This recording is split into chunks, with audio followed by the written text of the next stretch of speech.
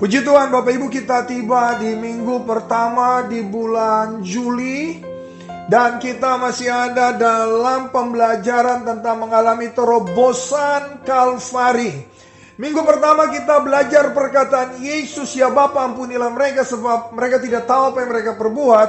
Pada minggu yang kedua kita belajar perkataan Yesus kepada penjahat di sebelah, bahwa hari ini juga engkau bersama-sama dengan aku di Firdaus, bicara tentang bagaimana tujuan hidup. Perkataan yang pertama bicara tentang pengampunan. Perkataan yang ketiga bahwa ibu inilah anakmu dan anak inilah ibumu, bicara tentang tanggung jawab. Dan minggu lalu kita belajar tentang perkataan Yesus, "Eloi, Eloi lama sabachthani." Artinya, "Allahku, Allahku, mengapa engkau meninggalkan aku?" Itu bicara tentang hubungan. Dan hari ini kita bicara perkataan Yesus dalam Yohanes pada pasalnya yang ke-19 ayat 28. Sesudah itu, karena Yesus tahu bahwa segala sesuatu telah selesai, berkatalah ia, supaya genaplah yang ada tertulis dalam kitab suci, "Aku haus."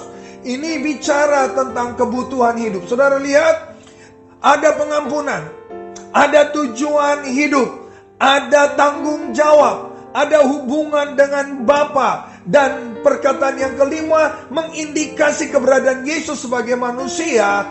Itu mengisyaratkan tentang kebutuhan hidup. Luar biasa, hampir sempurna 7 perkataan yang diucapkan Yesus yang bisa menjawab seluruh sisi kehidupan dari seorang manusia. Dia bicara tentang pengampunan, dia bicara tentang tanggung jawab, dia bicara tentang tujuan hidup, dia bicara tentang bagaimana kita punya hubungan yang dalam dengan Bapa.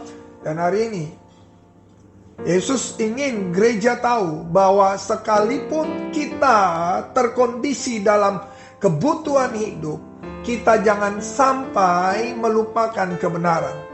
Supaya genaplah yang tertulis dalam kitab suci. Saudara, perkataan "aku haus" dikompar untuk menggenapkan apa yang tertulis dalam kitab suci, bahwa anak manusia akan menderita dan dia akan berkata "aku haus", dan pada ayat 29 sampai 30 dia dikasih minum anggur asam.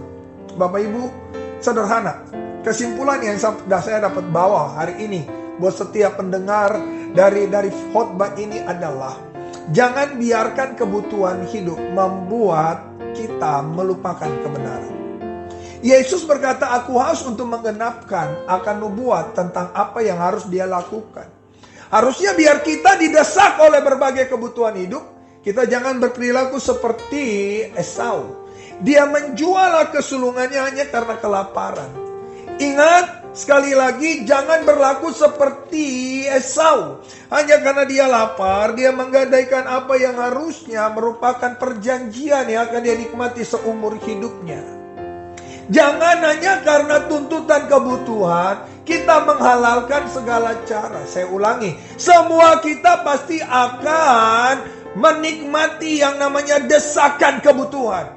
Mungkin hari ini tak kala engkau mendengarkan khotbah ini, Anda belum berada pada posisi terdesak karena kebutuhan A, B, C, atau D. Tetapi beberapa dari yang mendengar khotbah ini sementara berada dalam tekanan-tekanan keadaan dan kebutuhan. Dan hari ini mungkin kita bingung mau mengambil keputusan yang mana.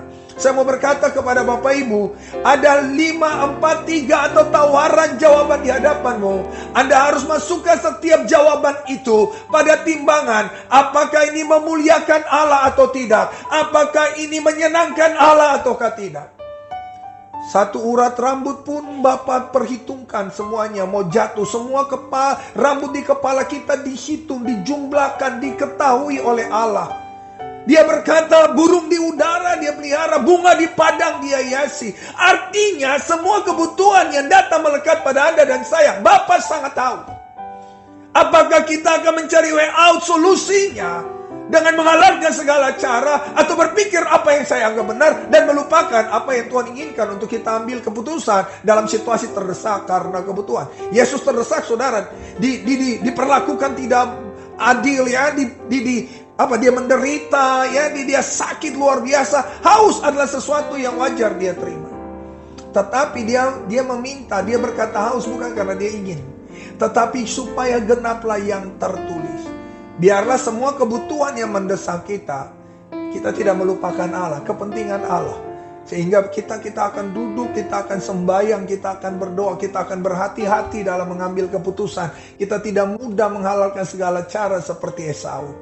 Tuhan menolong Bapak Ibu. Ingatlah renungan yang singkat ini. Apapun desakan kebutuhan kita, pastikan keputusan yang kita ambil, Tuhan dipermuliakan. Mari kita sembahyang. Bapa di sorga, inilah renungan singkat yang dapat kubagikan kepada umat-Mu. Diberkatilah setiap telinga yang mendengar. Kiranya ini boleh menolong mereka. Ada beberapa yang mendengar khotbah ini dan benar-benar terdesak dalam segala hal untuk mengambil keputusan. Biarlah apa yang Tuhan inginkan itu yang mereka pikirkan lebih dulu daripada apa yang mereka inginkan. Diberkatilah semua pendengar yang dapat mendengar suara khotbah ini. Dalam nama Yesus, haleluya, amin.